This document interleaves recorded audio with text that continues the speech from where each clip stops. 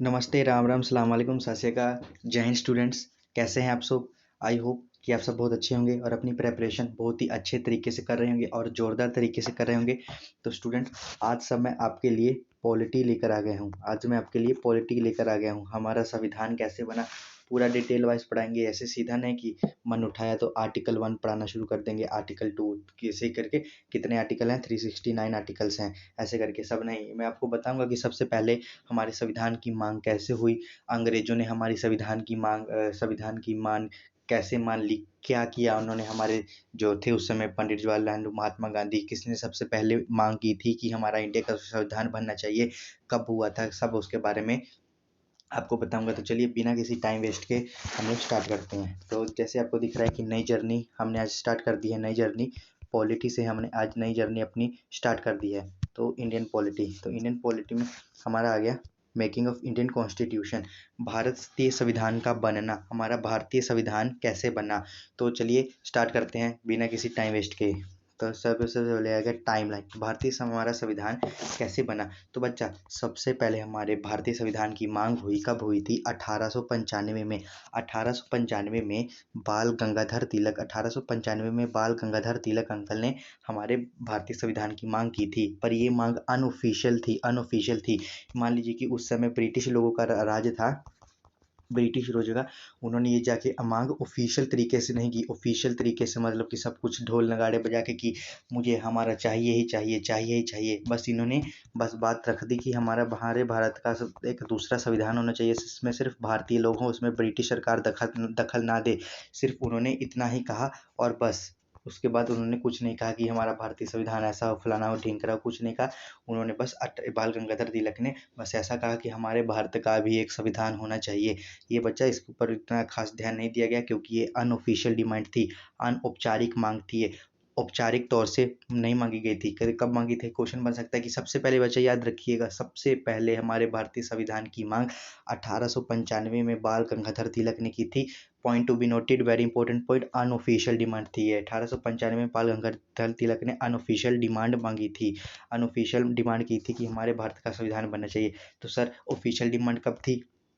तो लो बच्चा, official demand 1934 में की थी। ऑफिशियल डिमांड 1934 में हुई थी। किसने की थी? एम एन रॉय ने की थी। किसने की थी? एम एन रॉय ने। ऑफिशियल डिमांड मतलब कि आधिकारिक, उन्होंने कहा कि ये हमारा अधिकार है। ब्रिटिश सरकार से कहा कि ये संविधान हमारा अधिकार होना चाहिए, हमें हमारा अधिकार दीजिए। हमें सिर्फ भारत का पूरा स्वराज चाहिए और इसमें सिर्फ ब्रिटिश लोगों का कोई दखल अंदाजी नहीं रहेगा। ये 1934 में एम एन राव ने ऑफिशियल डिमांड की कि भारत का संविधान होना चाहिए। अब थोड़ा इनके बारे में, ये कौन थे? He was the founder of communist party of India. एक इंडिया में एक उस समय कम्युनिस्ट पार्टी थी, उनके ये फाउंडर थे। इंडिया में एक कम्युनिस्ट पार्टी थी, उनके फाउंडर थे। कौन फाउंडर थे? एम एन रॉय जो फाउंडर थे। तो क्या किया था इन्होंने? फाउंडर थे ये। तो इन्होंने फाउंडर ने 1934 में भारतीय संविधान की, इन्होंने कहा कि भारत का एक पूर्ण संविधान होना चाहिए जिसमें ब्रिटिश लोग का दखल अंदाज नहीं होना चाहिए। इन्होंने ये मांग की थी, ऑफिशियल मांग की थी कि इन्होंने कहा था कि ये हमारा अधिकार है, आप हमारा अधिकार नहीं छीन सकते। और ये क्या थे? ये फाउंडर थे कम्युनिस्ट पार्टी के, ये फाउंडर थे, भारत की कम्युनिस्ट पार्टी के ये संस्थापक थे और कम्युनिस्ट पार्टी के फाउंडर थे। तो बच्चे ये भी तो बताइए सर, कम्युनिस्ट पार्टी कब बनी थी? देख लीजिए, 1924 में कानपुर में बनी थी कम्युनिस्ट पार्टी। 1924 में, 1925 में कानपुर में बनी थी कम्युनिस्ट पार्टी। बच्चा, जैसे जैसे मैं लिख रहा हूँ आप वैसे वैसे ही नोट्स बनाते जाइए और जैसे जो जो चीज़ मैं बोल रहा हूँ वो चीज़ मत लिखिएगा, वो अपने भेजे में घुसा लीजिए, अपने माइंड में इसको फिट कर लीजिए कि कभी आपको कभी ना भूले। इसलिए मैं बार बार रिपीट कर दे रहा हूँ। सबसे पहले क्या किया था? 1925 में मांगी थी कानपुर में। 1925 में कानपुर में बनी थी कम्युनिस्ट पार्टी, जो इनके फाउंडर थे एम एन रॉय। इनके फाउंडर थे जो उन्होंने 1934 में ऑफिशियल डिमांड की कि भारत का एक संविधान होना चाहिए। इन्होंने ये आधिकारिक मांग थी इनकी। तो चलिए, तो इनकी मांग पर भी गौर देखा गया। तो उस समय कांग्रेस लोगों ने देखा, देखिए ये 1934 में एम एन रॉय ने कर दी, कम्युनिस्ट पार्टी के फाउंडर थे ये। तो उस समय कांग्रेस तो बन गई थी। आपको मैं कांग्रेस भी पढ़ाऊंगा। आपको 1858 तक पढ़ा दिया गया है ना। 1857 वाला पढ़ा रहा था, 1858 तक पढ़ा दिया ना बच्चा। अगला लेके 1850 9 से लेकर जब तक देश आज़ाद नहीं होता उसमें सब कांग्रेस है, सब रोल टैक्स, जलियांवाला बाग का हत्याकांड सब कुछ आ जा रहा है। वो थोड़ा मुझको थोड़ा टाइम दीजिए, वो लेक्चर बहुत ज़्यादा लंबा बन जाएगा। उसको मैं आपको देख रहा हूँ कि आपको 2 लेक्चर में कराऊंगा, नहीं तो बच्चा देख लीजिए 1859 से लेकर 1947 तक अगर मैं पूरा एक बार में पढ़ा दूँ 3 to 4 आवर लग जाएंगे। तो मुझे आपको आपके दिमाग में खिचड़ी नहीं पकानी है, तो इसलिए थोड़ा टाइम दीजिए। वो भी आपको बता दूंगा कांग्रेस पार्टी सर कैसे बनी, क्यों बनाई थी कांग्रेस पार्टी। बच्चा महात्मा गांधी ने बनवाई थी, उन्होंने कहा था कि अगर हमारा देश आज़ाद हो गया कि हम कांग्रेस पार्टी को नष्ट कर देंगे, डिस्ट्रॉय कर देंगे, कांग्रेस पार्टी को पार्टी नहीं रहने देंगे। तो आज देख लीजिए, वो भी सब आपके बारे में चर्चा करेंगे उसके बारे में। तो चलिए, कांग्रेस ने देखा कि ये ससुरा हमारे दूसरी पार्टी का M N Roy communist party का संविधान का मांग कर रहा है, तो हम क्यों नहीं कर देते हैं। हमारी तो पार्टी उस समय कांग्रेस का बोलबाला था, आप सबको पता है कि पार्टी थी, कांग्रेस पार्टी थी, कम्युनिस्ट पार्टी थी, कम्युनिस्ट पार्टी थी। कांग्रेस ने भी देखा देखी 1935 में Congress demanded for constitution, Congress ने संविधान की मांग कर दी, कांग्रेस ने संविधान की मांग कर दी। देख लीजिए, देखा देखी कांग्रेस ने किया। 1934 में एम एन रॉय ने भारतीय संविधान की मांग की, आधिकारिक मांग की, ऑफिशियल डिमांड की। तो देखा देखिए 1935 में ही कांग्रेस पार्टी ने भी डिमांड कर दी अपने संविधान की। तो 1938 में जवाहरलाल नेहरू ने मांग रखी कि भारत का संविधान एक ब्रिटिश नहीं, एक स्वतंत्र संविधान द्वारा बनाया जाएगा, जिसमें कोई भी ब्रिटिश हस्तक्षेप नहीं रखेगा। जैसा कि मैंने आपको कहा कि ब्रिटिश सरकार से यही मांग रखी गई थी कि भारत का संविधान है तो उसे ब्रिटिश एक स्वतंत्र संविधान होना चाहिए, इसमें ब्रिटिश लोगों की कोई दखलअंदाजी नहीं रहेगी, और भारत के लोग ही इस संविधान को बनाएंगे, भारत के लोग ही इस कॉन्स्टिट्यूशन को बनाएंगे, और किसी की हमें दखलअंदाजी बर्दाश्त नहीं है, और किसी की हम दखलअंदाजी हमें बर्दाश्त नहीं है। तो बच्चा ये बात सही कही थी, जवाहरलाल नेहरू अंकल ने ये बात सही कही थी। हम अपने रूल्स बना रहे हैं, तो मान लीजिए कि हम अपने घर के रूल्स बना रहे हैं, आप पड़ोसी आके आप उसमें दखल दीजिए दे आपके घर के रूल्स में, आपको गुस्सा चलेगा कि नहीं चलेगा? तो चलेगा। तो यही बात जवाहरलाल नेहरू अंकल ने सही की थी, यही बात जवाहरलाल नेहरू अंकल ने सही की थी। 1938 में जवाहरलाल नेहरू ने ब्रिटिश लोगों को बोल दिया कि हमें पूरा स्वतंत्र संविधान चाहिए, जिसमें भारत के लोग ही होंगे उस संविधान में, और कोई भी ब्रिटिश हस्तक्षेप नहीं रखेगा। Point to be noted, bar bar repeat कर रहा हूँ, सिर्फ भारत के ही लोग रहेंगे। इस क्वेश्चन में कई बच्चों को कन्फ्यूजन रहती है, कई बच्चों बहुत लोग कन्फ्यूज रहते हैं कि जो बना था उसमें ब्रिटिश था। नहीं, कोई भी उसमें ब्रिटिश नहीं था, और किसी भी ब्रिटिश का दखल अंदाजी कुछ नहीं था। ब्रिटिश लोगों ने स्वीकार किया और बनाया सिर्फ इंडिया लोगों ने अपनी बुद्धि के कारण। किसने? डॉक्टर बी आर अम्बेडकर ने। अभी आपको आगे बताऊंगा, अकेले डॉक्टर बी आर अम्बेडकर ने नहीं, ये एक दिन सो के उठे और संविधान लिखना शुरू कर दिया। आपको पूरा सीक्वेंस वाइज बताऊंगा कि कैसे कैसे संविधान बना। तो देख लीजिए, 1940 आ गया, 1940 में एक अगस्त ऑफर आ गया, अगस्त ऑफर आ गया। अगस्त ऑफर मतलब कि एक अगस्त नाम का ब्रिटिश था कोई, उसके लास्ट नेम में अगस्त लगता था, वो आया। तो पढ़ लेते हैं कि अगस्त ऑफर क्या था। ये अगस्त ऑफर क्या था? ये बच्चा अगस्त ऑफर ये था कि अगर 1940 में अगस्त ऑफर आया ना, तो इससे पहले ये अगस्त ऑफर बताने से पहले आपको एक और टॉपिक बताता हूँ। देख लीजिए, 1 नवंबर 1939, 1 नवंबर 1939 में वर्ल्ड वॉर 2 स्टार्ट हो गया। 1 नवंबर 1939 में वर्ल्ड वॉर, सॉरी 9 है तो मतलब कि 1 सितंबर, सॉरी स्टूडेंट्स, 1 सितंबर 1939 में वर्ल्ड वार 2 स्टार्ट हो गया। बच्चा रुकिए, वो अगस्त ऑफर आपको मैं ये जब समझोगे ना, फिर अगस्त ऑफर टाइम लगेगा, समझ में लगेगा। अगर मैं आपको पहले अगस्त ऑफर समझा दूंगा तो फिर ये समझाऊंगा, फिर थोड़ा दिमाग में खिचड़ी पकने के चांसेस हैं। तो वर्ल्ड वार 2 हो गया, तो किसने अटैक किस पे कर दिया? जर्मनी ने पोलैंड पर अटैक कर दिया, जर्मनी ने पोलैंड पर अटैक कर दिया। और ब्रिटिश ने भी वर्ल्ड वार 2 में हिस्सा लिया था, और इंडिया भी अंग्रेजों के साथ वर्ल्ड वार 2 में लड़ रहा था। इंडिया क्यों लड़ रहा था? क्योंकि बच्चा उसमें ब्रिटिश का क्या था, ब्रिटिश का क्या था उस समय? ब्रिटिश का इंडिया पर कब्जा था, ब्रिटिश के लोग शासन करते थे इंडिया पे, इसलिए इंडिया ब्रिटिश के लोगों ने, यही था बच्चा, ब्रिटिश यही था। इंडिया के लोग क्यों लड़ रहे थे? आगे आ जाओ, यही था अगस्त ऑफर। अगस्त ऑफर यही था कि अगर भारत ब्रिटिश का साथ वर्ल्ड वार 2 में देगा, वो भारत को पूरी अच्छी तरह से आज़ाद कर देंगे, वो भारत को अच्छी तरह से आज़ाद कर देंगे, वो भारत को आज़ाद कर देंगे। ये देख लीजिए, अगस्त प्रस्ताव ने केंद्र में राष्ट्रीय सरकार स्थापित करने की कांग्रेस की मांग को ठुकरा दिया, लेकिन निम्नलिखित का प्रस्ताव किया। नो बच्चा, सॉरी मिस्टेक हो गया। दो ऑफर आए थे, एक अगस्त ऑफर आया था और एक क्रिप्स ऑफर आया था। क्रिप्स ऑफर आया था, क्रिप्स ऑफर आया था।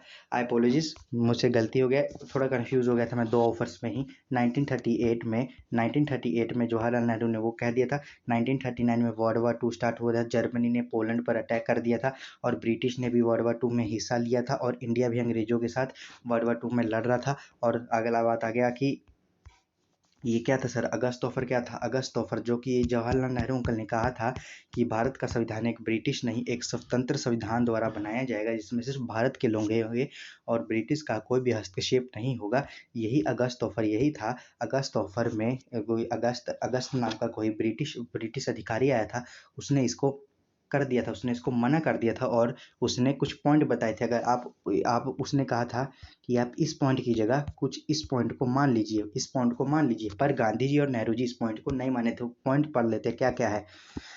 युद्ध के बाद, कौन से युद्ध के बाद? जो वर्ल्ड वार टू चल रहा था, युद्ध के बाद एक प्रतिनिधि संविधान निर्माण निकाय युद्ध के तुरंत बाद नियुक्त किया जाएगा। संविधान निर्माण करने के लिए, संविधान निर्माण निकाय समझ गए होंगे, शुद्ध हिंदी लिखिए। संविधान निर्माण करने के लिए एक प्रतिनिधि को नियुक्त किया जाएगा। प्रतिनिधि मतलब कि हेड हो गया इंग्लिश में। एक हेड युद्ध की नियुक्त किया जाएगा, हेड अपॉइंट किया जाएगा। एक कब किया जाएगा? युद्ध के बाद। कौन सा युद्ध चल रहा था? 1 सितंबर 1939 में वर्ल्ड वार टू चल रहा था, जर्मनी ने पोलैंड के ऊपर अटैक कर दिया था।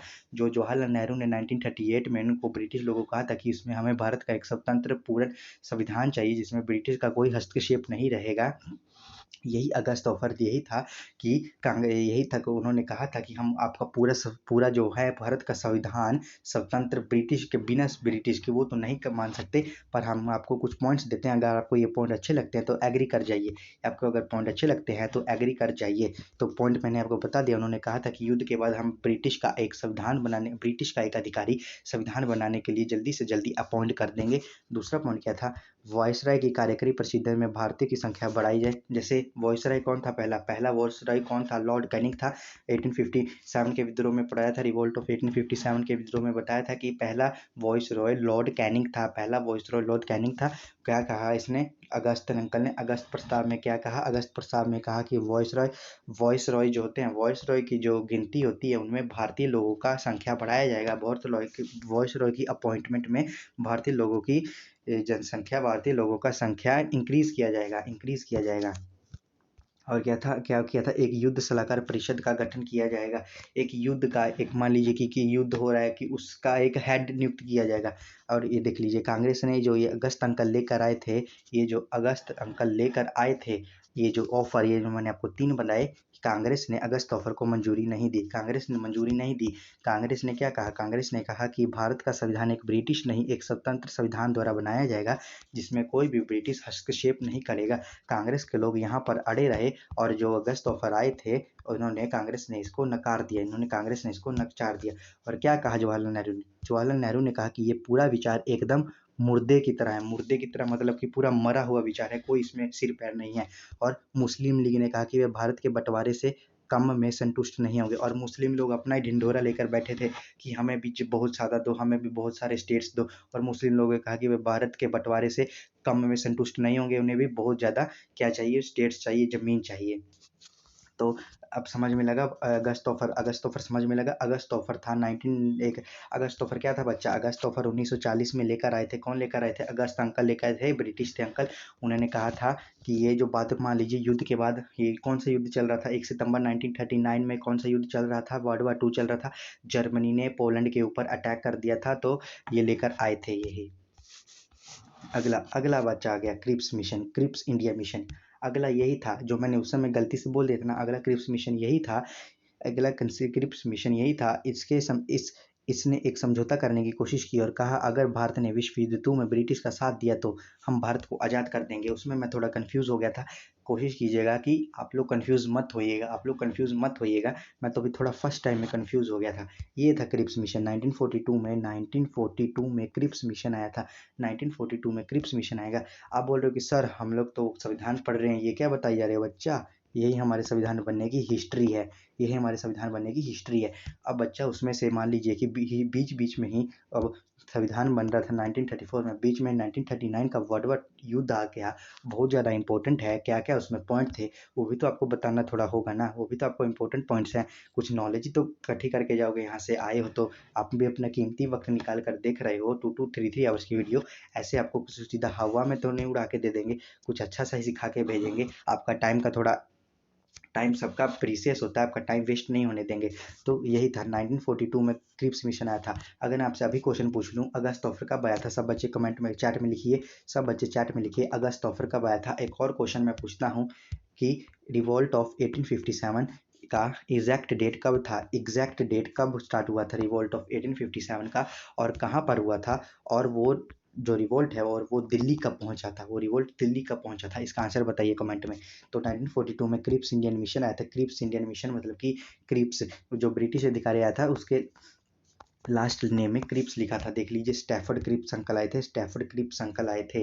इन्होंने क्या कहा, इन्होंने इसने एक समझौता दिया, इन्होंने क्या, इसने एक समझौता दिया कि अगर भारत ने विश्व युद्ध में ब्रिटिश का साथ दिया तो हम भारत को आज़ाद कर देंगे, हम भारत को आज़ाद कर देंगे अगर भारत ने विश्व युद्ध 2 में ब्रिटिश का साथ दिया तो, ब्रिटिश का साथ दिया तो।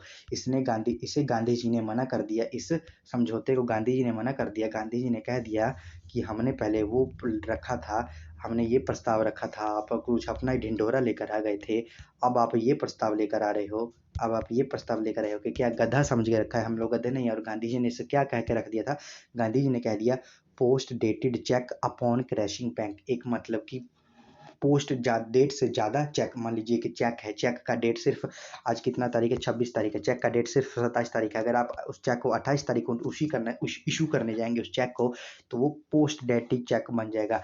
जैसे दुर्घटनाग्रस्त बैंक पर पोस्ट डिनाटिक चेक, वो बैंक मतलब कि क्रैश भी हो गया, आप उसके और उस बैंक में पोस्ट डेटेड चेक लेकर जा रहे हैं, तो वही बात हो गया, क्या आप मजाक समझ के रखे हो। और गांधी जी ने, बच्चा ये बहुत ही ज़्यादा इंपॉर्टेंट स्टेटमेंट है, यह पूछा जाता है कि कौन से मिशन में गांधी जी ने अपनी ये स्टेटमेंट दी थी, post dated cheque upon crashing bank, कौन से स्टेटमेंट में दी थी, कौन से मिशन में दी थी, कौन सा मिशन आया था और क्या मिशन लेकर आया था और कौन सा ब्रिटिश अधिकारी आया था, बताइए। अभी मैंने बताया आपको कि क्या था ये, इसने समझौता किया कि भारत ने अगर विश्व युद्ध में 2 में ब्रिटिश का साथ दिया तो हम भारत को आज़ाद कर देंगे, देख लीजिए कब का उल्लू बनाते आ रहे थे, कब बनाए थे, उल्लू बनाते आ रहे थे, ये 1939 में भी, 1940 में अगस्त तो फहराया, ये भी वहाँ पर भी उल्लू बना रहे दिए और यहाँ पे भी उल्लू बना दिए। गांधी जी समझ गए थे कि ये सिर्फ बातें ही करते हैं, हम लोगों को उल्लू ही बनाते रहते हैं। देख लीजिए क्रिप्स मिशन का थोड़ा, क्रिप्स मिशन मार्च 1942 में भारत आया, मिशन का नेतृत्व सर स्टैफर्ड क्रिप्स ने किया था, मिशन को राष्ट्रवादी कांग्रेस नेताओं के साथ एक समझौते पर बातचीत करने के लिए भेजा गया था। मिशन ने भारत को ब्रिटिश युद्ध के प्रयासों के प्रति वफादारी रखने के लिए कहा और द्वितीय विश्व युद्ध की समाप्ति के बाद चुनाव और पूर्ण स्वशासन या डोमिनियन का दर्जा देने का वादा किया। गांधी जी ने इस प्रस्ताव को एक डहते बैंक पर एक उत्तरदिनातिक चेक के रूप में टिप्पणी दी, एक डहते बैंक पर एक उत्तरदिनातिक चेक के रूप में टिप्पणी की। समझ गया होगा, मैंने आपको समझा दिया और वही लाइंस मैंने आपको दोबारा रिपीट कर दी हैं। चलिए, उसके बाद आ गया क्विट इंडियन मूवमेंट। उसके बाद 1942 में जब वो चले गए क्रिप्स इंडियन मिशन वाला आ गए, गांधी जी ने इनको मना कर दिया, तो 1942 में क्विट इंडियन मूवमेंट शुरू हो गया, क्विट इंडियन मूवमेंट शुरू हो गया। कोई बात नहीं बच्चा, जब आपको हम लोग 1858 तक पढ़ लिए, 1859 से 1947 तक पढ़ाएंगे, उस सब में भी 1947 पढ़ाएंगे तो बीच में बच्चा 1942 भी आ रहा है, 1939 भी आ रहा है, उसमें आपको सब कुछ कराया जाएगा, रिपीट कीजिए, सब कुछ रिपीट करवाया जाएगा। ऐसे नहीं कि मैं बोल दूंगा कि 1958 पर 1942 बच्चा मैंने आपको पढ़ा दिया था, आप मेरी वो पुरानी वीडियो देख लीजिए, ऐसा कुछ नहीं होगा।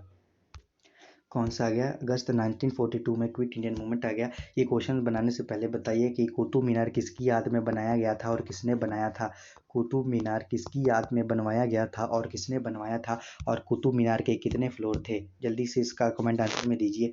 और 1942 में भारत छोड़ो, भारतीय आंदोलन छोड़ो, भारत क्विट इंडियन मूवमेंट, वही भारत छोड़ो आंदोलन, भारत छोड़ो आंदोलन शुरू कर दिया, भारत छोड़ो आंदोलन शुरू कर दिया, किसने कर दिया, हमारे नेताओं ने, यही गांधी जी अंकल ने शुरू कर दिया। किसको भारत छोड़ने के लिए बोल रहे थे, अंग्रेजों को। तो इसका नारा क्या था, स्लोगन क्या था, डू और डाई, डू और डाई स्लोगन था इस आंदोलन का, इस मूवमेंट का स्लोगन था। जैसे कहीं भी आप आंदोलन करते कोई उसका नारा ही रहता है ना, ये हाय हाय जिंदाबाद मुर्दाबाद, तो यही था करो या मरो। आप लोग सब मुझे कमेंट में बताइए कि ये स्लोगन किसने दिया था, डू और डाई स्लोगन किसने दिया था। और अब एक और क्वेश्चन साथ में बता दीजिए कि किसके शासनकाल पर कुतुब मीनार पर बिजली गिरी थी। किसके शासनकाल पर कुतुब मीनार पर बिजली गिरी थी। इधर आ जाइए। तो ये क्विट इंडियन मूवमेंट, भारत छोड़ो आंदोलन कब स्टार्ट हुआ था। भारत छोड़ो आंदोलन 9 अगस्त 1942 में स्टार्ट हुआ था।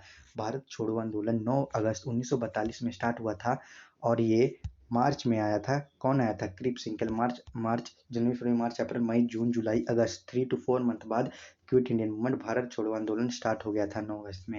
तो चलिए अगला आ गया 1942। अगला, हाँ बच्चा, अगला आ गया जब 1941। अब बोलो कि सर ये क्या पढ़ा रहे हो इधर से, पहले 1939 पढ़ा देते हो, फिर पहले लिखते हो 1940 लिख देते हो, पढ़ा 1939 देते हो।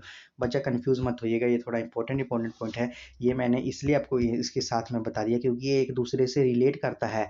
ये एक दूसरे से रिलेट करता है। अगर मैं आपको ये 1942 के बाद सीधा मैं आपको ये पढ़ा देता 1941 वाला, तो 1941 पढ़ा देता, तो फिर ये बच्चा जो एक दूसरे से ये रिलेट करता है, आप लोगों को इसमें कंफ्यूज हो जाओगे, आप लोग इसमें कंफ्यूज हो जाओगे। इसलिए मैंने आपको पहले इस चीज़ के बारे में पढ़ा दिया। अब थोड़ा 1941 में आ जाते हैं, जब परमाणु बम गिरा था। पता तो है परमाणु बम गिरा था। ये पता है क्यों गिरा था परमाणु बम, क्यों गिराया था? पागल थोड़ी है अमेरिका। तो चलो बताता हूँ, कंफ्यूज मत होइएगा। ये एक दूसरे से रिलेट करता है, इसलिए मैंने इसको पढ़ा दिया था। 1942 को पहले पढ़ा दिया था और 1941 को अब पढ़ा रहा हूँ। कंफ्यूज मत होइएगा, रिपीट कर रहा हूँ बार बार। तो आपको बताता हूँ। अगला आ गया 1941, दिसंबर 1941, दिसंबर 1941 की बात है। पर्ल हार्बर, पर्ल हार्बर क्या था सर? ये अमेरिका का नेवल बेस था, नेवल बेस था। नेवल जैसे नेवल, नेवल मतलब समझ रहे हो ना, नेवी, नेवी बेस था अमेरिका का। तो उधर तो चल रहा था, उधर तो वर्ल्ड वार चल रहा था। उधर कब स्टार्ट हुआ था वर्ल्ड वार? 1 सितंबर 1939 में वर्ल्ड वार चल रहा था। वर्ल्ड वार कौन सा चल रहा था? World war 2। तो ये वर्ल्ड वार 2 चलते चलते पता नहीं क्या हो गया जापान को। जापान ने इस नेवल का, इस अमेरिका के इस नेवल बेस पर हमला कर दिया, जहाज़ों से हमला कर दिया। कौन सा नेवल बेस पर? पर्ल हार्बर, जो अमेरिका का नेवल बेस था, उस पर, इस नेवल बेस पर जापान पर हमला कर दिया। जापान ने हमला कर दिया इस नेवल बेस पर। और जब जापान ने इस पर नेवल बेस पर, अमेरिका के पर्ल हार्बर बेस पर हमला किया, तो जापान ने इस ऑपरेशन को क्या नाम दिया?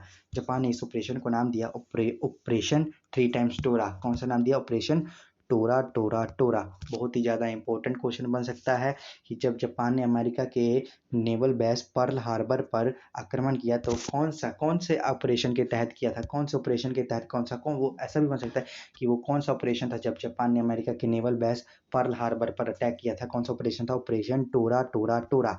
Operation Tora Tora Tora, 3 times Tora. 3 times Tora मतलब कि 3 टाइम्स कटोरा, ऐसे याद कर लीजिए। 3 टाइम्स कटोरा।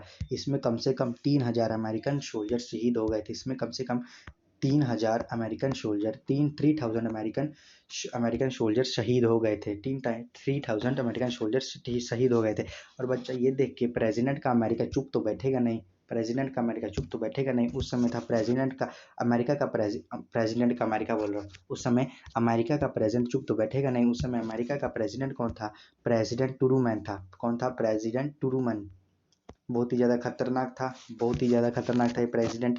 इसने क्या किया बच्चा, देख लीजिए। दिसंबर 1941 में, दिसंबर 1941 में इसने कर दिया था हमला। और इसने 4 साल बाद, 4 साल बाद 6 अगस्त 1945 में हिरोशिमा बॉम्ब दाग दिया जापान पर। ये हिरोशिमा में सर ये क्या है?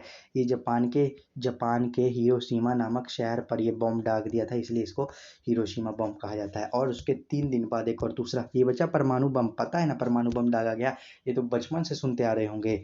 फिर 9 अगस्त को 3 दिन बाद 1945 में नागासाकी बॉम्ब दाग दिया गया। अभी जो बता रहा हूँ ये कभी नहीं सुना होगा। हिरोशिमा वाले बॉम्ब को लिटिल बॉय नाम दिया गया। जो हिरोशिमा, जापान के हिरोशिमा नामक शहर पर जो बॉम्ब गिराया गया था, उसे क्या नाम दिया गया? उसे लिटिल बॉय नाम दिया गया, उसे लिटिल बॉय नाम दिया गया। और जो नागासाकी वाले पे गया उसे फैटमैन नाम दिया। अब बोलेंगे सर ये लिटिल बॉय उसे फैटमैन क्यों नाम दिया गया? ये तो बच्चा इनसे पूछना पड़ेगा, इनसे पूछना पड़ेगा कि सर इन्होंने लिटिल बॉय और फैटमैन क्यों नाम दिया गया, इनसे पूछना पड़ेगा जाके। तो अब ये कोई, ये तो चलिए तो पता लगा कि अमेरिका ने जापान के ऊपर ने परमाणु बम क्यों गिराए थे? ऐसे ही हंसते खेलते नहीं गिरवा दिए थे कि पहले जापान ने पंगा लिया था अमेरिका के ऊपर। अमेरिका के पर्ल हार्बर नेवल बेस पर जापान ने आक्रमण कर दिया था। कौन से ऑपरेशन के तहत? ऑपरेशन टोरा टोरा टोरा। और इसमें कम से कम अमेरिका के 3000 सोल्जर शहीद हो गए थे। फिर इसके बाद ही 4 साल बाद 6 अगस्त 1945 में अमेरिका ने हिरोशिमा पर बॉम्ब दाग दिया। और 3 दिन बाद 9 अगस्त 1945 में नागासाकी के ऊपर बॉम्ब दागे। ये नागासाकी और हिरोशिमा जापान के 2 शहर हैं। आपके क्वेश्चन क्या, आपके एग्जाम क्या, बहुत हर एग्जाम में क्वेश्चन बहुत ज़्यादा इंपॉर्टेंट आते हैं। वो बोर्ड लेवल का हो, स्कूल लेवल का हो, एसएससी लेवल का हो, सीएससी लेवल का हो, एनडीए लेवल का हो, सीडीएस लेवल का, यूपीए लेवल का हो, सब कुछ हर होना चाहिए नॉलेज, हर नॉलेज होना चाहिए आपको हर तरह का। तो हिरोशिमा में लिटिल बॉय नेम का बॉम्ब दागा गया। जो हिरोशिमा में बॉम्ब दागा था उसको लिटिल बॉय नाम दिया गया, और जो नागासाकी में दागा गया उसको फैट मैन में नागासाकी बॉम्ब दागा गया उसको क्या नाम दिया गया? उसको फैट मैन नाम दिया गया। तो देखिए बॉम्ब गिरा, जापान आ गया अपने, जापान डर गया। और 13/8/1945 में जापान सरेंडर कर देता है। और जापान के सरेंडर कर देने से वर्ल्ड वॉर 2 फिनिश हो जाता है। जापान के सरेंडर कर देने से वर्ल्ड वॉर 2 फिनिश हो जाता है। तो चलिए बच्चा, आपको मैं क्वेश्चन पूछता हूँ कि वर्ल्ड वॉर कब स्टार्ट हुआ था? वर्ल्ड वॉर 2 अभी बताया 1 सितंबर 1939 में वर्ल्ड वॉर स्टार्ट हो जाता है। और बच्चा ख़त्म कब होता है? 13/8/1945 में। 13/8/1945 में वर्ल्ड वॉर 2 ख़त्म हो जाता है। कैसे ख़त्म हो जाता है? जब अब जापान के ऊपर बॉम्ब गिरे लिटिल बॉय नाम का और फैटमैन नाम का, तो जापान की अकल ठिकाने आ गई और उसने सरेंडर कर दिया। और सरेंडर कर देने से वर्ल्ड वॉर 2 फिनिश हो गया। वर्ल्ड वॉर 2 क्या हो गया? वर्ल्ड वॉर 2 फिनिश हो गया। तो चलिए आ जाइए, जो हम पढ़ रहे थे पॉलिटिक्स, भारत के संविधान की तरफ आ जाइए। तो 1945 तक पढ़ लिया आपने, कहानी पढ़ ली। ये बच्चा आपका इसे देख लीजिए, जीएस पोर्शन भी आपका कवर होते जा रहा है। देख लीजिए, मैं पढ़ा रहा था कि इधर पॉलिटी पढ़ा रहा था, बीच बीच में जो जो आ रहे थे डेट्स आ रहे थे, उस डेट्स को इम्पोर्टेंट क्या चीज़ हुई थी वो सब भी आपकी कवर हो गई। ठीक है, आप कमेंट में बताइए, मैं ऐसे ही हर चीज़ कवर करवाते जाऊँ या सिर्फ जो टॉपिक पढ़ा रहा हूँ, मान लीजिए कि ये 45 42 ये फिर सीधा छोड़ के 1939 भी नहीं, 1934 से सीधा 1946 पे आ जाते हैं हम लोग। कुछ समझ ही नहीं लगता, बोलते सर इतने साल क्या सोए हुए थे? नहीं बच्चा, वर्ल्ड वॉर चल रहा था तो ब्रिटिश लोग उधर बिजी थे, तो इसलिए इंडिया का संविधान का कुछ नहीं हुआ था बात। इसलिए समझाना जरूरी था आपको कि इतने साल कहाँ व्यस्त थे, क्या हो रहा था, सो गए थे क्या, जोश खत्म हो गया था इंडिया लोगों में?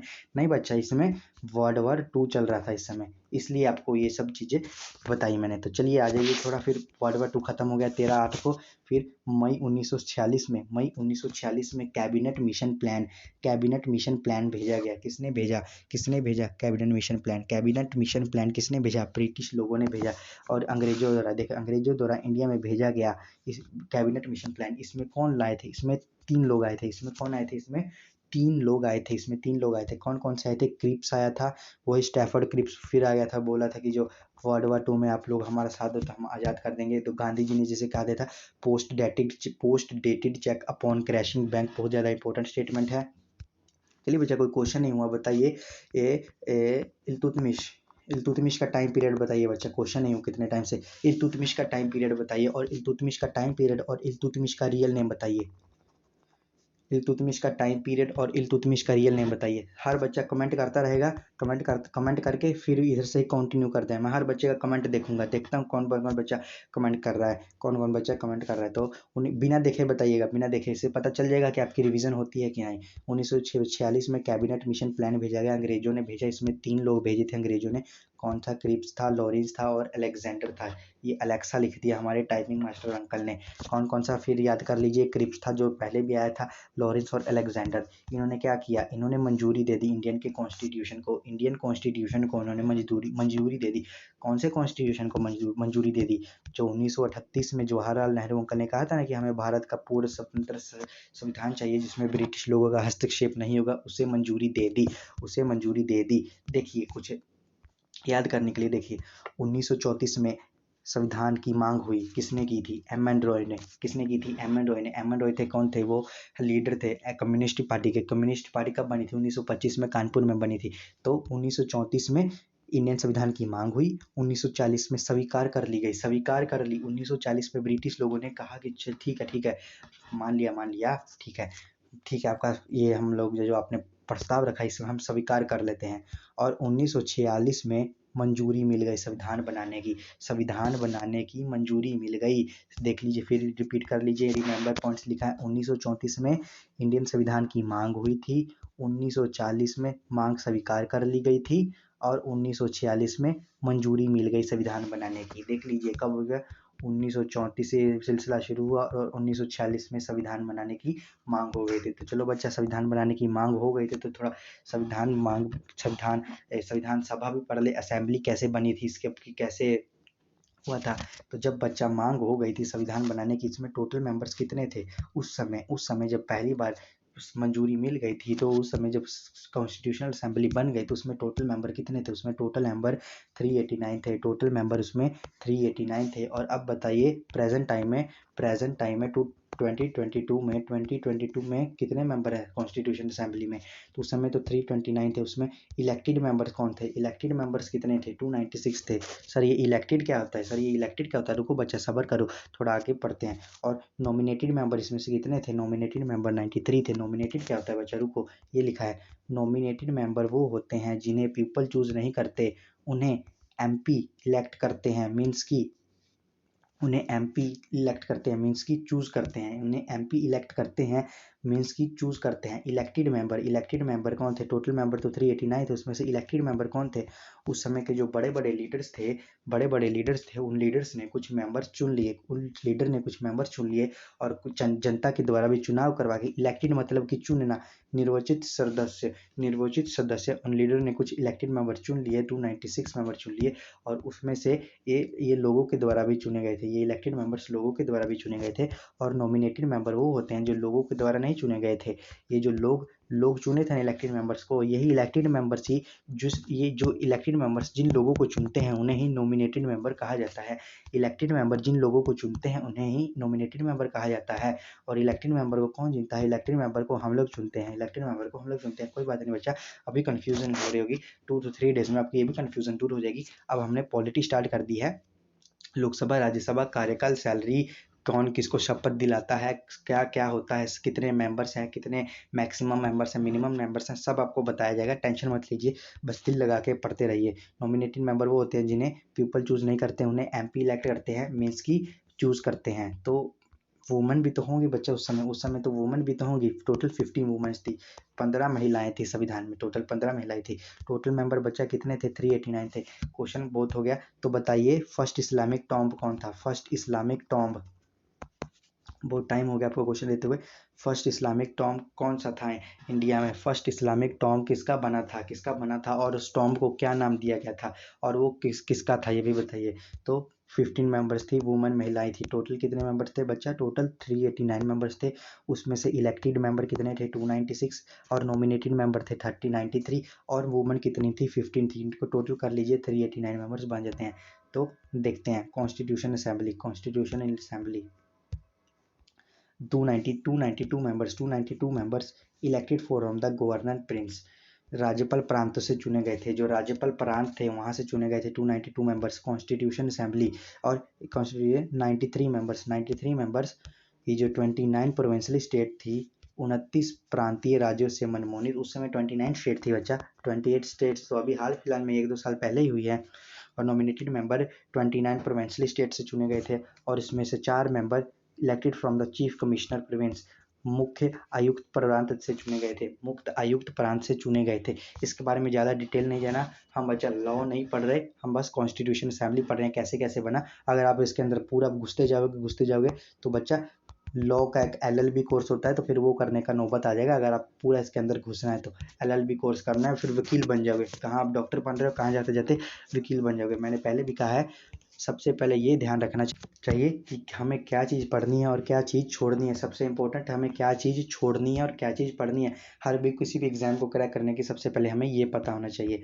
तो मेंबर ऑफ कॉन्स्टिट्यूशन तो कहाँ पहुँच गए थे, हाँ, तो ये अब मैंने रिपीट कर दिया था कि 292 मेंबर्स गवर्नर प्रोविंस से चुने गए थे, 93 members nominated from 29 provincial states, और 4 मेंबर चीफ कमिश्नर प्रोविंस से द्वारा चुने गए थे। तो अगला आ गया the member of constitution assembly were in the proportional of population of India. जो एक मेंबर था कॉन्स्टिट्यूशन असेंबली के, वो 1 मिलियन पॉपुलेशन, मतलब कि एक मेंबर के नीचे 10 लाख, एक मेंबर के नीचे 10 लाख लोग होते थे।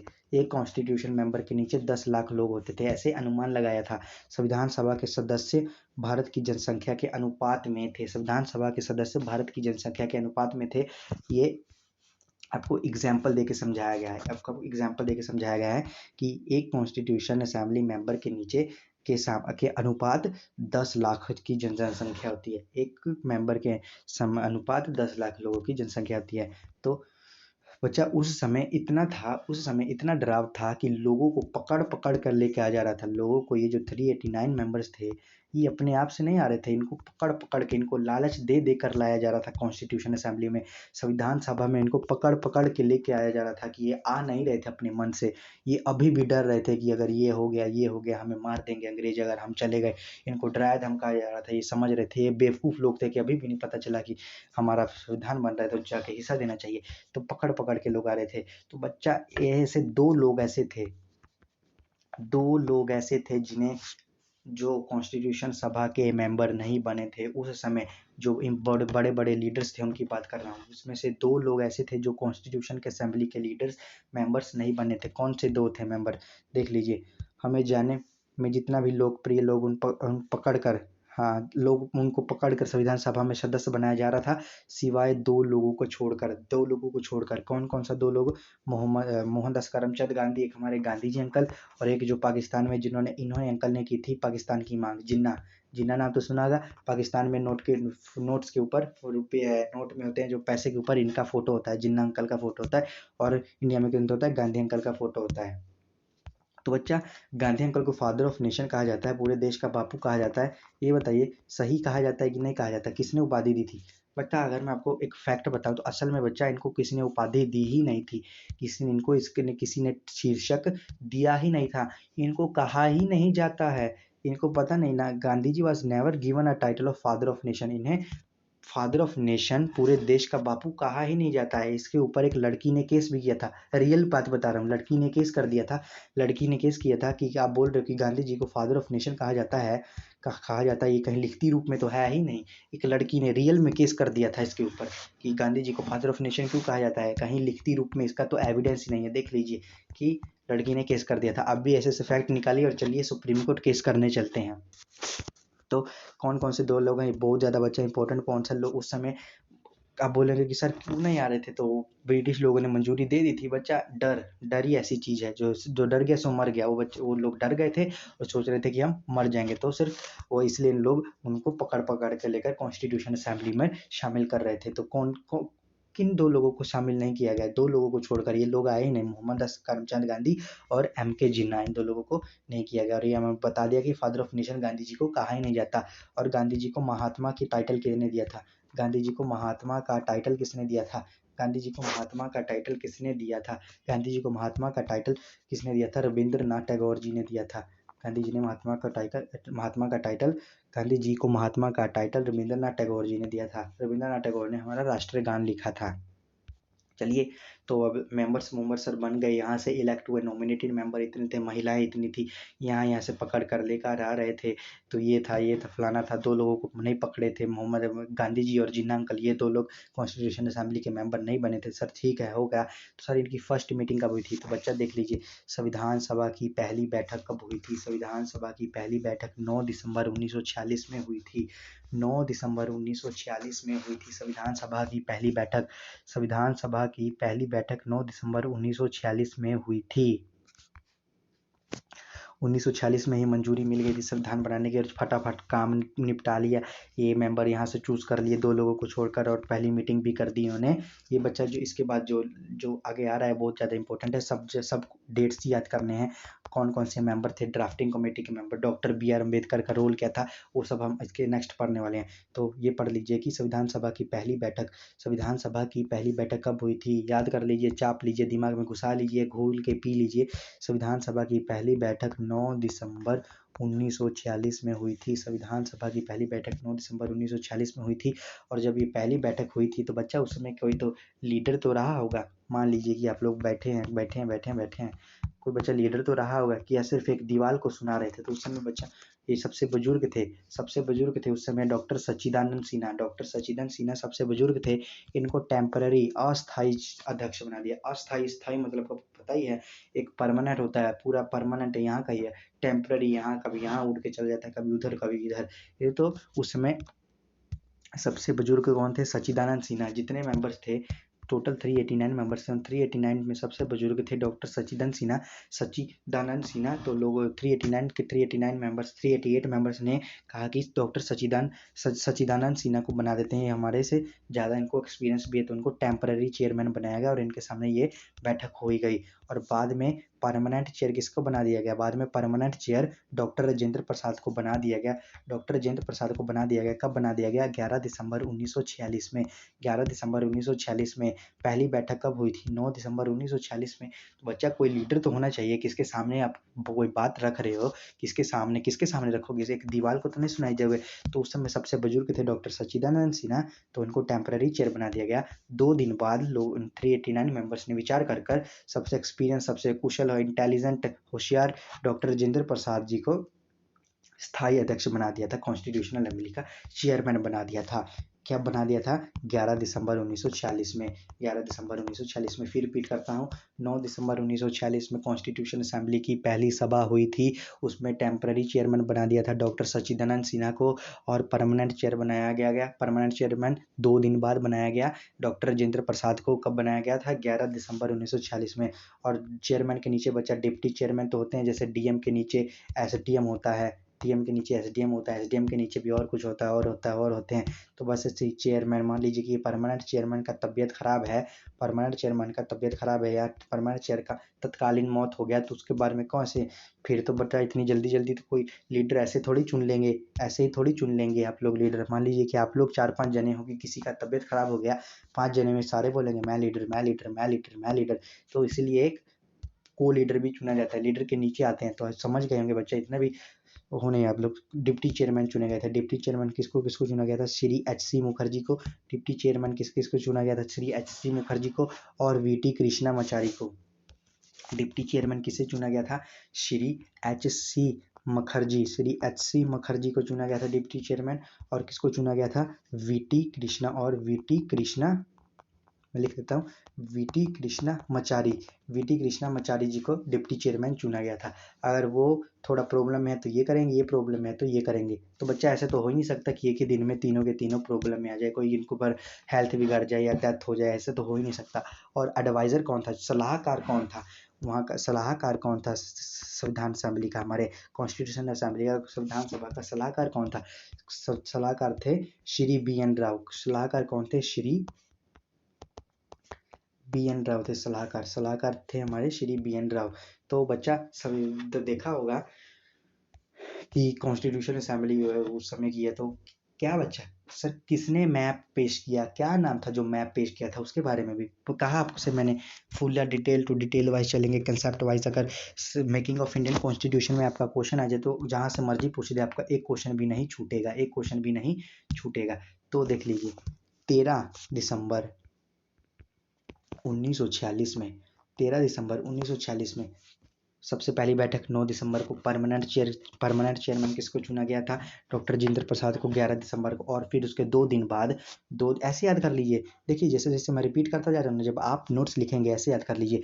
13 पर पहुंचे, 9 को पहली सभा हुई थी, 11 को परमानेंट चेयरमैन चुने गए थे, फिर 13 को एक मैप पेश किया गया कि कॉन्स्टिट्यूशन असेंबली ऐसी बनाई जाए। और इसे क्या कहा गया? जो मैप पेश किया गया और इसे क्या कहा गया? इसे कहा गया ऑब्जेक्टिव रेजोल्यूशन कहा गया। और इस मैप को किसने पेश किया था कॉन्स्टिट्यूशन असेंबली में? इस मैप को किसने पेश किया था? इस मैप को पंडित जवाहरलाल नेहरू जी ने पेश किया था। इस मैप को कब पेश किया था? 13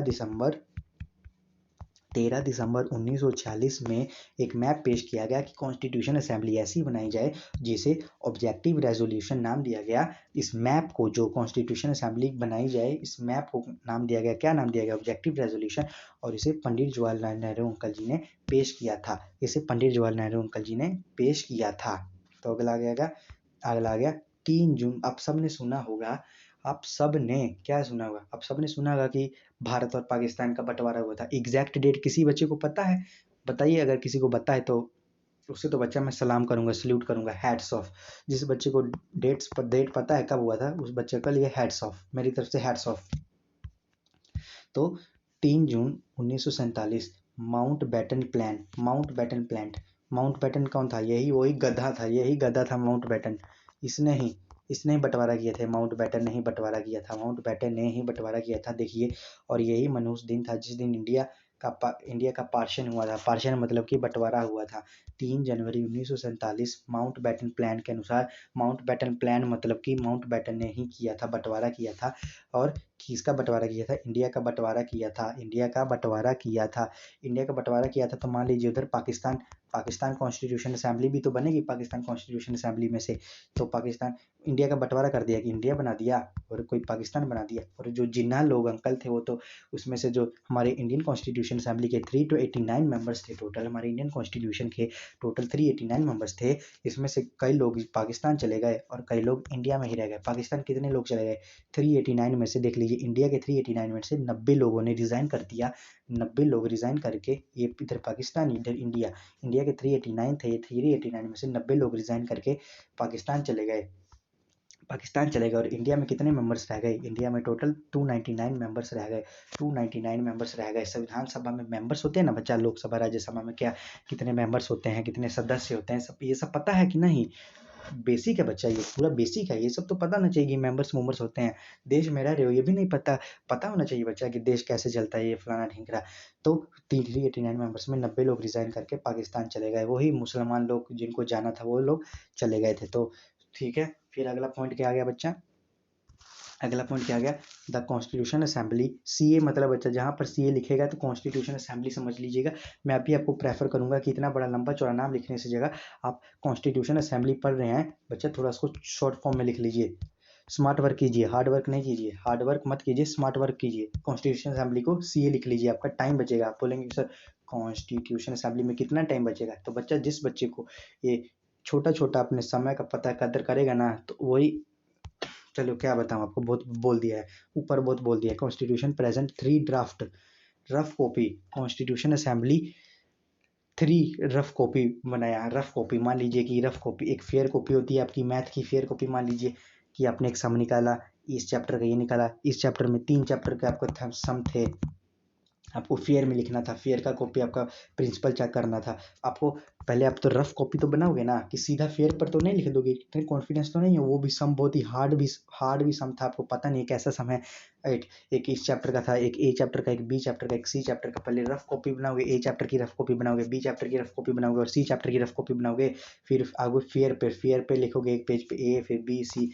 बस ऐसे ही बच्चा कॉन्स्टिट्यूशन जो हमारा संविधान लिखा गया था इतने पेजों का, कितने पेजों का, उसमें कितने आर्टिकल है वो भी डिस्कस करूंगा। फिक्र क्यों करते हो? जो हमारा कॉन्स्टिट्यूशन असेंबली हमारे जो तो 299 मेंबर्स थे, उन सदस्यों ने 3 रफ कॉपी बनाई थी, 3 रफ कॉपी बनवाई थी। कितनी बनाई थी? 3 रफ कॉपी बनाई थी, 3 रफ कॉपी बनाई थी कॉन्स्टिट्यूशन हमारी संविधान सभा की, जो हमारा जिस बुक में हमारा संविधान लिखा गया है। तो पहली रफ कॉपी कब पेश की गई संविधान सभा में? पहली रफ कॉपी कब पेश की गई? 4 नवंबर 1948 में। 4 नवंबर 1948 में। 3 जून 1947 में क्या हो गया? 3 जून 1947 में इंडिया का पार्टीशन हो गया। 4 नवंबर 1948 में देख लीजिए बच्चा, देश आज़ाद हो गया। आया किसी के माइंड में 1948 आ गया, देश आज़ाद हो गया? मुझे तो नहीं लगता इतना पढ़ रहे हो मगन होके। तो 4 नवंबर 1948 में पहली रफ कॉपी पेश की गई। दूसरी रफ कॉपी 15 नवंबर 1948 में पेश की गई। दूसरी रफ कॉपी 15 नवंबर 1948 में पेश की गई। और तीसरी रफ कॉपी 14 नवंबर 1949 में पेश की गई। तीसरी रफ कॉपी 14 नवंबर 1949 में पेश की गई। और इसमें इन तीनों, जब ये रफ कॉपी पेश की गई, इन तीनों में मिलाकर कितने चेंज हुए? इन तीनों में मिलाकर 7500 चेंजेस हुए। 7,500 इसमें बदलाव किए गए। संविधान को बनाने के लिए 7,500 चेंजेस करने पड़े थे। ये जो रफ कॉपीज लेकर आए थे हमारे टॉपर्स लेकर आए थे। टॉपर्स ही लेकर आएंगे, मतलब कि उस समय जो लिख रहे थे संविधान, तो 7,000 इन तीन कॉपी इन्होंने पेश किया था। इन तीनों कॉपी में 7,500 उन्होंने बदलाव किए थे। 500 इन्होंने बदलाव किए थे। अगला आ गया बच्चा 26 नवंबर 1929। अगला क्या आ गया? 26 नवंबर 1929। 26 नवंबर 1929 इस दिन क्या हुआ था? लाहौर एक पूर्ण स्वराज बन गया था। इस दिन क्या हुआ था? लाहौर पूर्ण स्वराज बन गया था। लाहौर पूर्ण स्वराज बन गया था। ये थोड़ा अभी इसकी ऐसे लिख लीजिए, इसके बारे में आपको मैं नेक्स्ट लेक्चर में बताऊंगा कि ये सर ये क्या है। लाहौर पूर्ण स्वराज 26 नवंबर 1929। पढ़ाते पढ़ाते 1948 की जगह 1929 में आ गए। तो बच्चा ये आपको मैं नेक्स्ट लेक्चर में इसका पूरा क्लियर कर दूंगा। नेक्स्ट लेक्चर में क्लियर कर दूंगा। अभी थोड़ा बना हुआ है, थोड़ा अच्छे से रीत चल रहा है कि थोड़ा कॉन्स्टिट्यूशन असेंबली को अच्छे से चल रहा है, तो समझा देते हैं। इधर जाऊंगा तो थोड़ा फिर आप लोग डिस्ट्रैक्ट हो जाओगे। तो सीए, हाँ तो देख लीजिए, CA adopted constitution assembly adopted the constitution 26/11 1949। 26/11 1949 constitution assembly को ये स्वीकार कर लिया। कॉन्स्टिट्यूशन असेंबली ने कॉन्स्टिट्यूशन हमारा संविधान स्वीकार कर लिया 26/11 1949 को। मान लीजिए कि जब आपको क्वेश्चन आए कि हमारा कॉन्स्टिट्यूशन कब बना, हमारा संविधान कब बना, हमारा संविधान कब बना, सबको पता है 26/11 1949, 26/11 1949, 26/11 1949, 26/11 1949। लागू कब हुआ? लागू कब हुआ? लागू कब हुआ? 26/1 1950। 26/1 1950। 26/11 में कंफ्यूज करने वाला पॉइंट्स आ गया बच्चा, कंफ्यूज करने वाले। 26/11 1949 में हमारे संविधान को अडॉप्ट कर लिया गया, और जो 7500 चेंज करके कर लिया गया कि हाँ ये ठीक है, ये ठीक है, इसे हम ठीक मानते हैं, करेक्ट है। ये जो फेयर कॉपी आप लेकर आए हैं, ये 26/11 1949 में फेयर कॉपी टॉपर्स ने प्रिंसिपल साहब को चेक करवा दी थी, और प्रिंसिपल साहब ने इसे मंजूरी दे दी थी। और प्रिंसिपल साहब ने अपने पूरे स्कूल में ये फेयर कॉपी कब कब बांटी थी, मतलब कि कब लागू कर दी थी?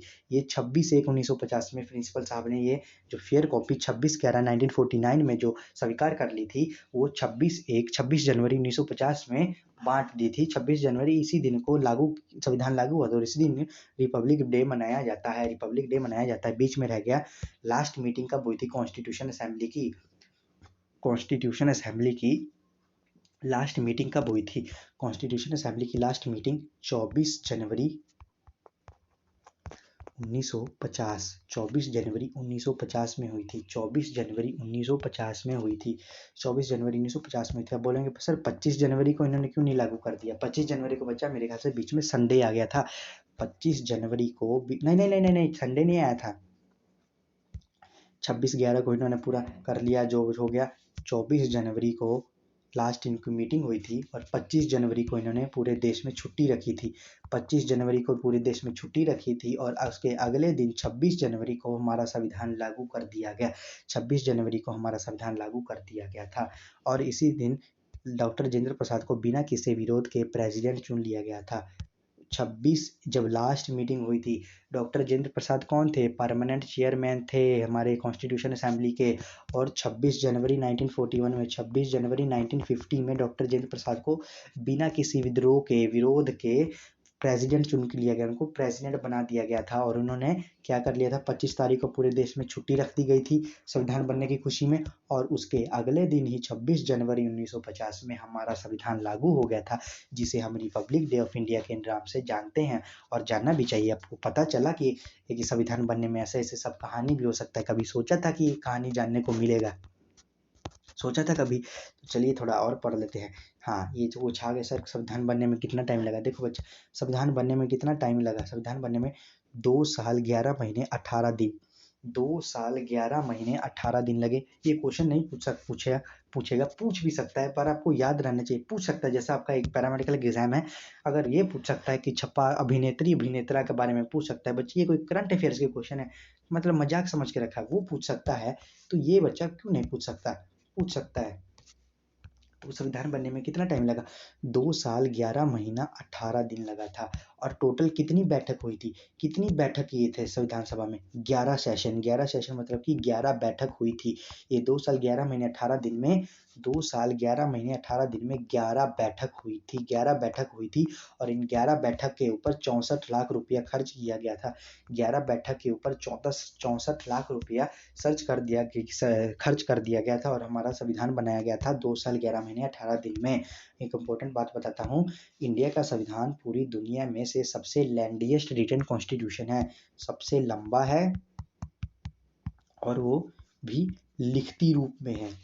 इंडिया का जो संविधान है सबसे लंबा है और लिखती रूप में है, सबसे लंबा है और लिखती रूप में है, सबसे लंबा है और लिखती रूप में है। बच्चा, इंडिया के संविधान ने दूसरे देशों से इसने उधार भी लिया था। उधार मतलब कि ये पॉइंट इसने उधार इधर से ले लिया था, प्रेसिडेंट का नियुक्ति, राज्यपाल का नियुक्ति, कुछ चीज़ें इसने यूएसएसआर, अमेरिका से, जापान से, आयरलैंड से, इधर से भी ली थी। ये भी बता दूंगा कि इंडिया ने क्या क्या बोरो फ्यूचर ऑफ इंडियन कॉन्स्टिट्यूशन ने क्या क्या दूसरे देश से देख कर लिया था। पूरा बच्चा, ये पूरा संविधान इंडिया का नहीं है, पूरा जो इसमें पूरा किसी इंडिया का नहीं है, ये इंडिया लोगों ने दूसरे देशों का देख देख कर बनाया था। ये भी आपको बताऊंगा, borrowed future of Indian constitution उसका टॉपिक है, वो भी आपको करवाया जाएगा। तो ये थोड़ा देख लीजिए, इंपॉर्टेंट पॉइंट्स हैं। उस समय जब बनाया गया था 26 जनवरी, कब लागू हो गया था, कब स्वीकार कर लिया था? 26/11/1949 को स्वीकार कर दिया था। उस समय कितने आर्टिकल्स थे?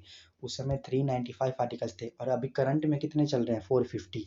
और कितने पार्ट्स थे? 22 पार्ट्स थे। करंट में 25 पार्ट। और कितने शेड्यूल्स थे? और अभी कितने हैं? 12 शेड्यूल थे, समझे? और इसमें अभी तक कितने संशोधन कर दिए गए हैं? संशोधन 104 अभी तक, करंट की बात कर रहा हूँ, करंट। अब बोलेंगे संशोधन मतलब, बच्चा मान लीजिए कि आर्टिकल 1 है, आर्टिकल 1 में उनको कोई कमी दिख रही है तो उसको संशोधन करके आर्टिकल 1A कह देंगे, उसको संशोधन करके आर्टिकल 1A कह दिया जाएगा, उसको संशोधन कर आर्टिकल 1 कह दिया जाएगा। संशोधन मतलब कि उसमें कुछ चेंजेज कर देंगे और उसे ही इंग्लिश में कहा जाता है अमेंडमेंट्स और उसको हिंदी में कहा जाता है संशोधन। ये भी आपको पढ़ाया जाएगा। 104 अमेंडमेंट्स एक्ट, फिक्र मत कीजिए, 104 के 104 नहीं पढ़ाएंगे, कम से कम आपको 25 से 30 संशोधन बताएंगे कि कौन कौन से आर्टिकल में कौन कौन सा संशोधन हुआ था। तो पूरे हमारे संविधान में कितने वर्ड्स हैं टोटल, कितने शब्द कितने हैं? 1,17,359, 369 वर्ड्स हैं, शब्द हैं हमारे संविधान के ऊपर। और उस समय कौन कौन सी कमेटी बनी थी? ये बच्चा ये ऐसे ही देख लीजिए, ये कमेटी थी, इनके हेड ये थे, इनके बारे में पूरा डीपली नहीं जाएंगे हम। उस समय कौन कौन सी कमेटी बनी थी, समिति बनी थी, कौन कौन सी समिति बनी थी? पहली बनी थी रूल्स कमेटी। रूल्स कमेटी के कौन हेड थे? डॉक्टर राजेंद्र प्रसाद। पहले तो ये परमानेंट चेयरमैन थे और बाद में इनको बिना किसी विद्रोह में 24 जनवरी 1950 में इनको बिना किसी विद्रोह में प्रेसिडेंट चुन लिया गया था हमारे देश का, और प्राइम मिनिस्टर तो जवाहरलाल नेहरू ही थे। तो रूल्स कमेटी बनी थी।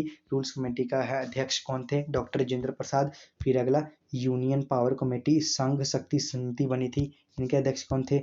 जवाहरलाल नेहरू। अध्यक्ष मतलब कि लीडर कौन थे? फिर बनी थी fundamental rights and minority certificate, मौलिक अधिकारी और अल्पसंख्यक समिति। इस चीज मौलिक हमारे मौलिक अधिकार और अल्पसंख्यक समिति, माइनॉरिटी कम्युनिटी, जो अल्पसंख्यक है, जो पिछले वर्ग हैं, उनको उनका अध्यक्ष कौन थे? उनको तरफ कौन ध्यान देते थे? उनके अध्यक्ष कौन थे? सरदार वल्लभ भाई पटेल थे। उनके अध्यक्ष सरदार वल्लभ भाई पटेल थे। और फ्लैग कमेटी कौन थी? हमारा फ्लैग किसने बनाया था? उस कमेटी के अध्यक्ष कौन थे? डॉक्टर राजेंद्र प्रसाद थे। और ड्राफ्टिंग कमेटी कौन से थे? ड्राफ्टिंग मतलब कि अभी मैंने बताया कि रफ कॉपी थे, ये ही थे बच्चा, डॉक्टर BR अम्बेडकर। जो 3 बारी वो रफ बनाया गया ना, 3 बारी रफ कर लेकर आए थे, डॉक्टर BR अम्बेडकर जी लेकर आए थे, डॉक्टर BR अम्बेडकर जी। और BR अम्बेडकर जी के पास 32 डिग्री है, 32 डिग्री है BR अम्बेडकर जी के पास। देख लीजिए कितने पढ़े लिखे थे, और इन्होंने ही हमारा लिखा था संविधान। देखिए, doctor BR Ambedkar played a very important role and he was a chairman of drafting committee. जो मान लीजिए कि मैंने आपको बताया 4 नवंबर, 15 नवंबर और 14 नवंबर, 4 नवंबर 1948, 15 नवंबर 1948, 14 नवंबर 1949, जो हमें बताया ड्राफ्टिंग कमेटी 3 रफ कॉपी पेश किया गया, वो इनके ही नेतृत्व के नीचे, डॉक्टर BR अम्बेडकर के नीचे ही वो संविधान लिखा जा रहा था।